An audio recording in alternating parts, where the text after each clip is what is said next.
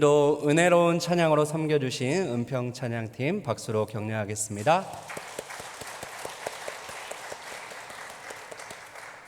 함께 보실 하나님의 말씀은 창세기 25장 27절에서 34절 말씀입니다. 구약성경 창세기 25장 27절에서 34절까지의 말씀, 구약 35페이지에 있습니다.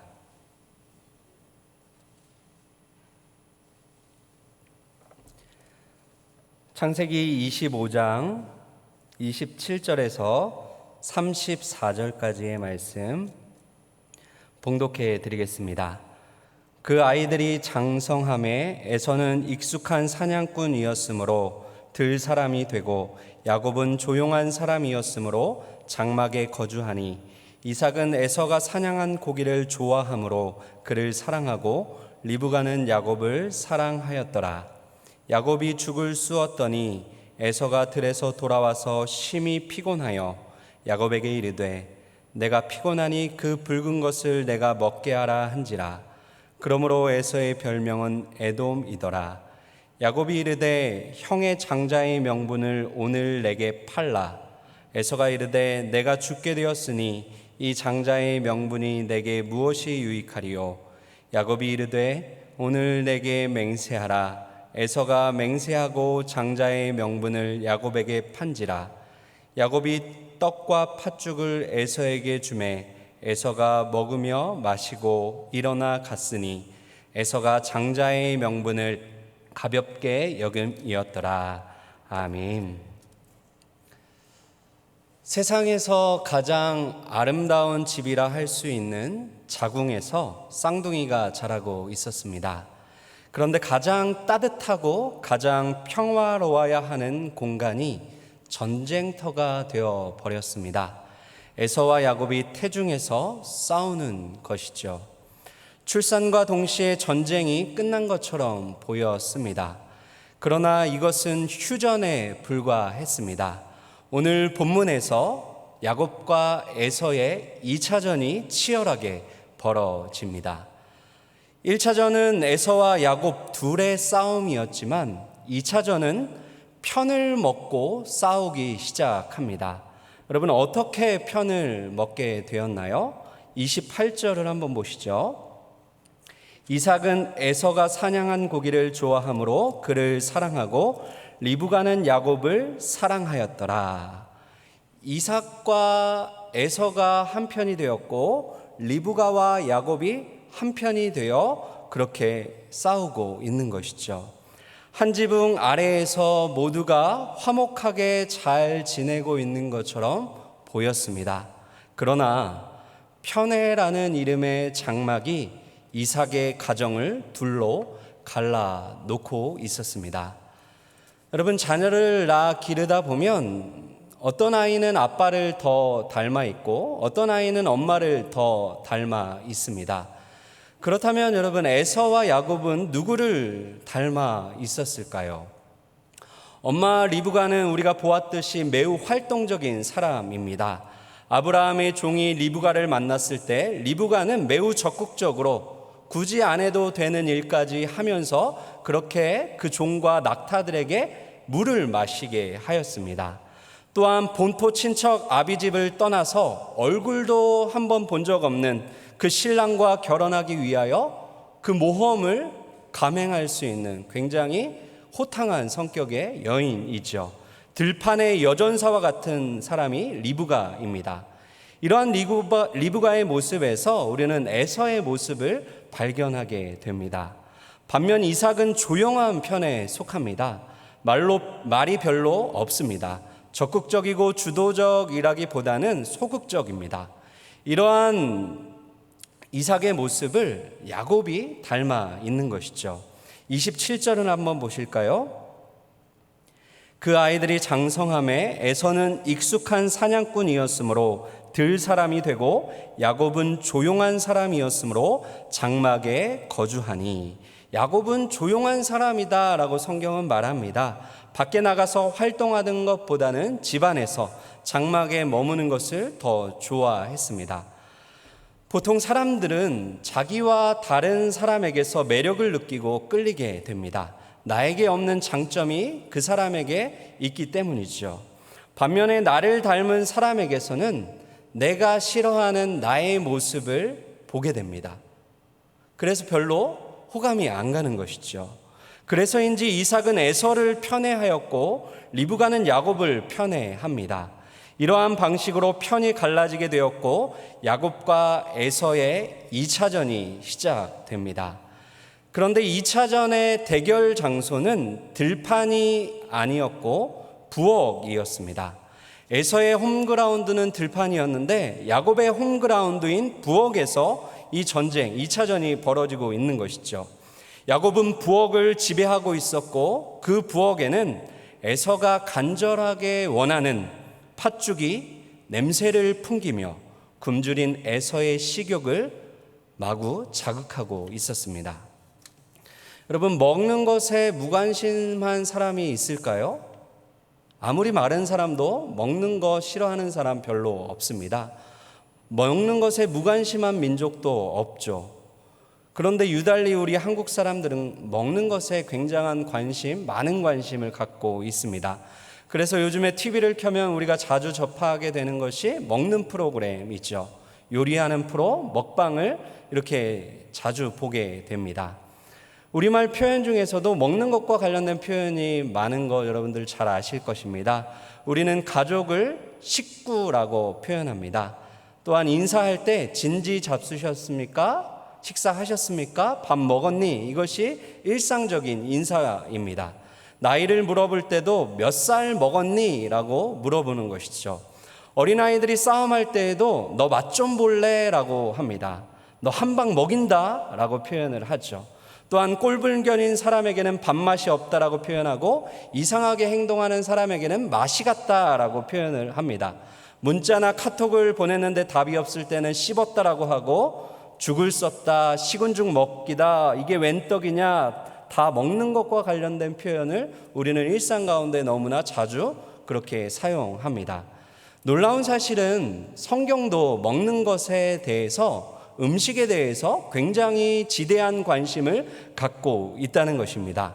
하나님께서 아담과 하와에게 주신 첫 번째 선물이 바로 먹거리입니다. 여러분, 창세기 1장 29절 말씀 우리 자막을 통해 한번 보실까요? 창세기 1장 29절 말씀입니다. 하나님이 이르시되 내가 온 지면에 씨 맺는 모든 채소와 씨 가진 열매 맺는 모든 나무를 너희에게 주노니 너희의 먹을거리가 되리라. 하나님께서 그 아담과 하와에게 첫 번째 선물을 주시는데 먹을거리를 선물로 주고 계시죠. 또한 아담에게 주어진 첫 번째 명령은 먹지 말라는 명령이었습니다. 예수님께서 마귀에게 시험을 받으실 때 첫 번째 시험 역시 먹는 것과 관련된 시험이었죠. 이처럼 성경은 먹는 이야기로 가득 채워져 있습니다. 성경이 말하는 먹는 것, 음식은 단순히 생명을 연장하는 수단이 아니라 거기에는 가치관이 들어 있습니다.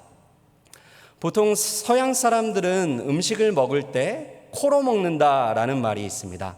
여러분, 서양 사람들이 음식이 나왔을 때 하는 가장 첫 번째 행동이 무엇인지 아시나요? 그 사람들은 이렇게 음식에다 코를 대고 냄새를 맡으면서 음식을 즐기기 시작합니다. 그리고 일본 사람들은 눈으로 음식을 먹는다라고 합니다.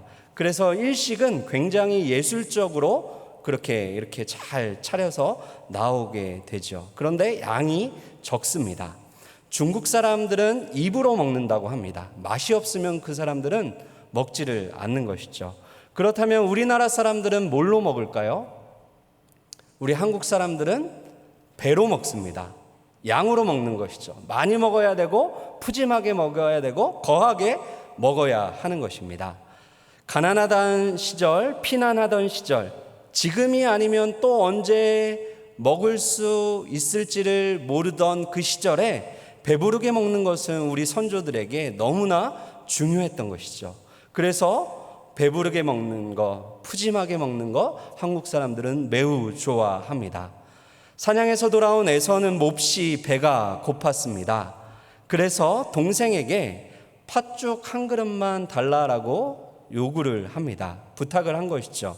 여러분, 이것은 형제간이라면 있을 수 있는 당연한 부탁이죠. 그런데 야곱은 먹고 싶으면 대가를 지불하고 먹으라고 말합니다.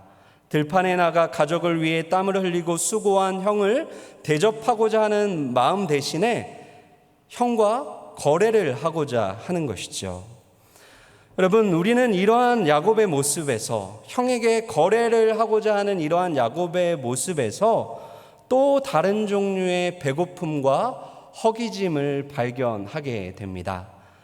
그렇습니다. 배고픔의 문제는 에서만의 문제가 아니었습니다. 야곱 역시 배고픔에 시달리고 있었습니다. 에서에게 육체적인 배고픔이 있었다면 야곱에게는 정서적인 배고픔, 허기짐이 있는 것이죠. 무슨 의미인가요? 야곱은 둘째라는 서러움을 가지고 있었습니다. 형과의 비교에서 오는 열등감도 있었죠. 아버지 이삭에게 인정받고 싶은데 아버지는 형만 인정하는 그 상황 가운데 아버지에 대한 그 사랑을 갈구하는 마음이 야곱에게는 있었습니다. 야곱은 정서적으로 부족감과 결핍을 느끼고 있었고 그것을 어떻게든 채우기를 원했습니다. 그런데 형이 가진 그 장자권을 내가 가지기만 하면 이 배고픔, 이 허기짐이 채워질 것만 같은 기분, 느낌이 드는 것이죠. 육체적으로 배가 고픈 에서와 정서적으로 허기져 있는 야곱이 식탁에 같이 앉아 있는 것입니다. 에서와 야곱은 각자 상대방이 가지고 있는 것을 탐하였습니다. 에서는 야곱의 팥죽을 원하였고 야곱은 에서의 장자권을 원했습니다. 31절을 한번 보실까요? 31절을 보시면 야곱이 이르되 형의 장자의 명분을 오늘 내게 팔라. 야곱은 자신의 배고픔을 해결하기 위해 다른 사람의 배고픔을 이용하고 있습니다. 야곱이 주도권을 잡고 에서를 한 방 먹이고 있는 것이죠. 팥죽 먹고 싶으면 장자권 내놔라고 하는 것입니다. 좀 더 와닿게 표현하자면 동생이 라면을 맛있게 끓여놓고는 라면 냄새 풀풀 풍기면서 형에게 라면 먹고 싶으면 형 명의로 되어 있는 집문서 그거 가져와 라고 말하고 있는 것이죠. 여러분, 그런데 좀 이상하지 않나요? 매우 이상합니다. 지금 이 상황은 매우 어색한 상황입니다. 지난주에 우리가 살펴본 대로 하나님께서는 에서와 야곱이 어머니의 태중에 있을 때 분명하게 말씀을 하셨습니다. 하나님께서 동생 야곱을 선택하셨고 야곱을 크게 하실 것이며 야곱에게 복을 주실 것이다 라고 리브가에게 분명하게 말씀을 하셨습니다. 그렇다면 하나님의 관점에서 볼 때 실제로 장자의 권리와 장자의 축복을 가지고 있는 사람은 누구이죠? 사람이 보기에는 먼저 태어난 에서가 장자의 권리와 축복을 다 소유하고 있는 것처럼 보입니다. 그러나 실제로는 야곱이 장자권을 가지고 있는 것이죠. 엄마 뱃속에 있을 때에도, 태어나는 순간에도, 성장하는 과정 중에도, 그리고 오늘 본문에서도 장자권의 실소유자는 에서가 아닌 야곱이었습니다. 그런데 장자권을 가지고 있는 야곱이 장자권이 없는 에서에게 그거 나에게 팔라라고 말하고 있는 것입니다. 또한 장자권이 없는 에서는 장자권을 가지고 있는 야곱에게 선심이라도 쓰듯 장자권을 팔겠다라고 말하고 있는 형국인 것이죠. 매우 이상하고도 우스꽝스러운 거래 같지도 않은 거래가 이루어지고 있었습니다. 여러분, 그렇다면 2차전의 승리자는 누구일까요? 야곱이 이긴 것일까요? 그렇지 않죠. 야곱과 에서 모두 패하였습니다. 왜냐하면 싸워야 할 대상과 싸우지 않았기 때문입니다. 에서가 싸워야 할 상대는 동생이 아니라 에서 자신의 마음 안에 있던 거짓된 확신이었습니다. 에서는 거짓된 확신 때문에 보아야 할 현실을 제대로 보지 못하고 살아갑니다. 그는 태어날 때부터 장자로 태어났습니다. 아버지 이삭도 장자인 자기를 특별하게 대우해 주고 있습니다. 주변 사람들도 다 에서를 장자로 인정하고 장자로 대우하고 있는 그런 현실이죠. 그러다 보니 자신이 장자의 권리와 축복을 다 가지고 있는 것처럼 착각을 하고 있는 것입니다. 동생 야곱이 자신의 장자권을 탐내고 있다라는 사실을 형도 알았지만 장자권을 넘긴다고 해서 크게 달라질 것은 없다라고 생각을 했습니다. 에서의 예상대로 에서와 야곱이 거래를 한 이후에도 외적으로 변한 것은 하나도 없었습니다. 장남은 여전히 에서입니다.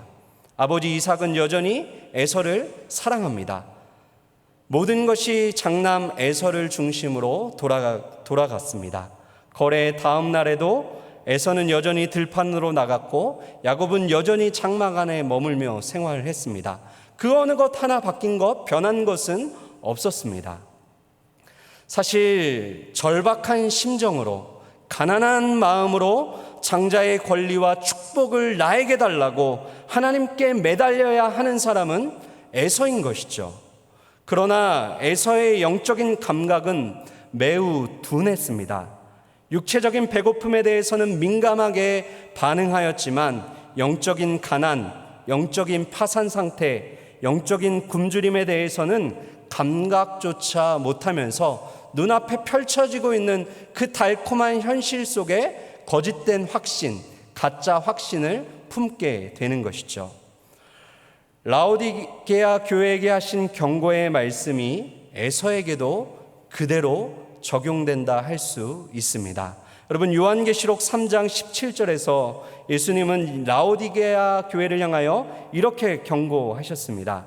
내가 말하기를 나는 부자라 부요하여 부족한 것이 없다 하나 내 곤고한 것과 가련한 것과 가난한 것과 눈먼 것과 벌거벗은 것을 알지 못하는도다. 에서에게 그대로 적용되는 말씀인 것이죠. 여러분, 확신은 좋은 것이고 신앙생활에 꼭 필요한 것입니다. 그러나 모든 확신이 다 좋다라고 말할 수는 없습니다.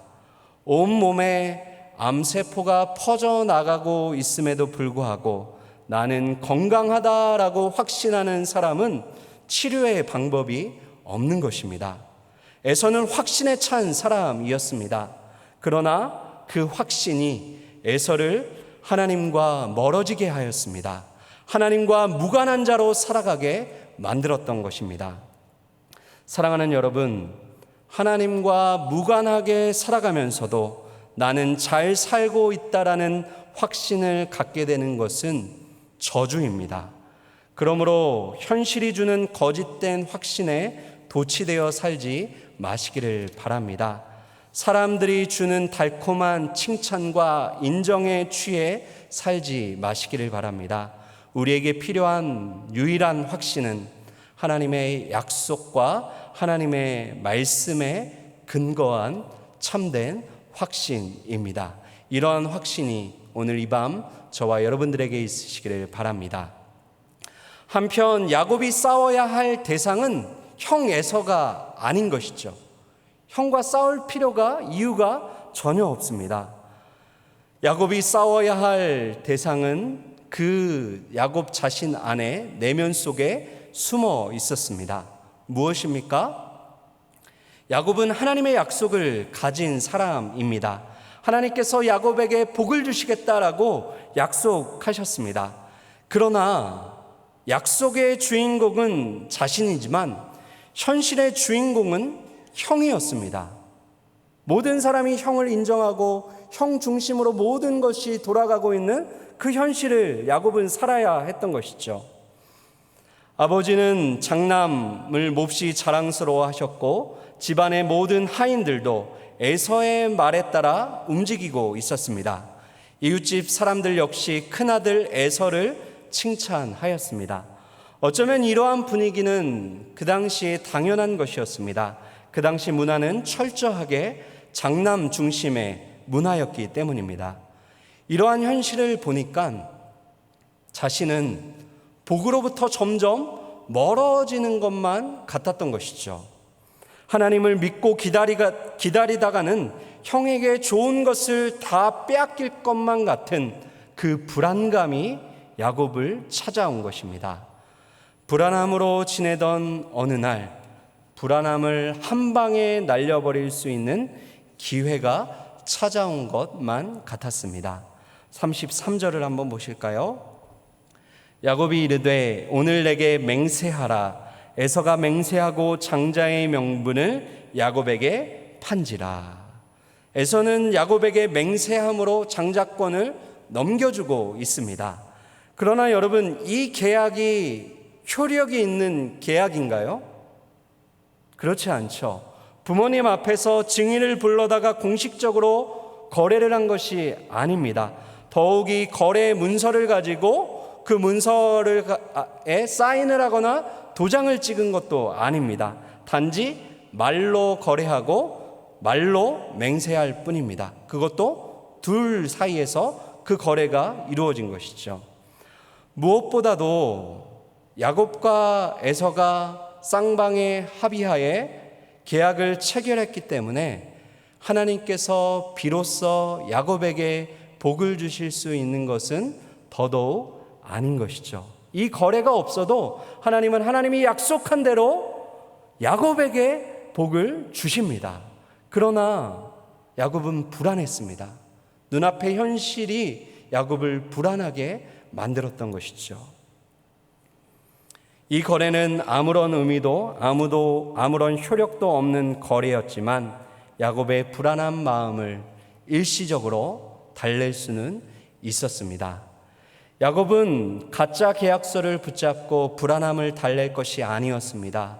오히려 약속하신 하나님을 향하여 나아가 자신의 불안과 불신을 솔직하게 고백하면서 하나님, 나에게 참된 확신을 주십시오. 이 현실, 눈앞에 펼쳐지고 있는 그 잔인하고도 고통스러운 현실을 내가 견디며 인내하며 하나님의 약속이 성취될 그날을 기다릴 수 있는 믿음을 나에게 주십시오 라고 하나님을 향하여 나아가야 했던 것이죠. 내 영혼아, 내가 어찌하여 불안해하는가? 너는 하나님을 바라라. 이렇게 믿음으로 고백하면서 하나님께 나아가야 했던 것입니다. 하나님께서 약속하셨으니 하나님께서 반드시 이루실 것이다. 그러니 야곱아, 불안해하지 말아라. 이러한 믿음의 선포를 하며 불안을 물리쳐야 했습니다. 불안한 마음에 그 상황에 끌려가는 것이 아니라 거룩한 확신을 하나님으로부터 받아 그 불안정한 상황을 믿음으로 끌고 가야만 했던 것이죠. 야곱은 태어난 순서로 보면 엄연히 둘째, 차자입니다. 아버지의 인정을 받지 못하는 아들이었습니다. 그러나 여러분, 하나님은 야곱을 어떻게 대하셨습니까? 야곱에게 은혜를 베푸셨고 그가 어미 뱃속에 있을 때부터 그를 택하셨고 그에게 축복을 약속하셨습니다.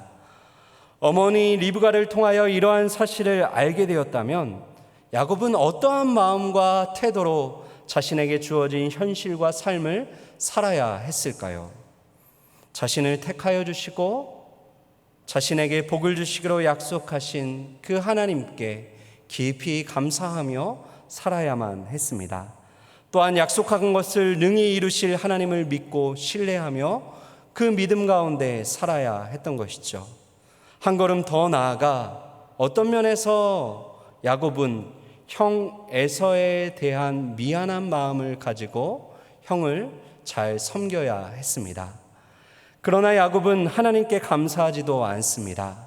하나님의 일하심을 믿는 믿음도 없습니다. 형 에서에 대한 미안한 마음이 있을 리 없습니다.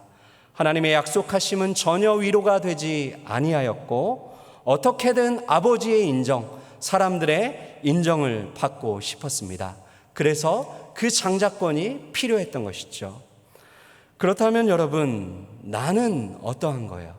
오늘 현실을 살고 있는 나는 어떠한 모습으로 이 현실을 마주하며 살고 있습니까?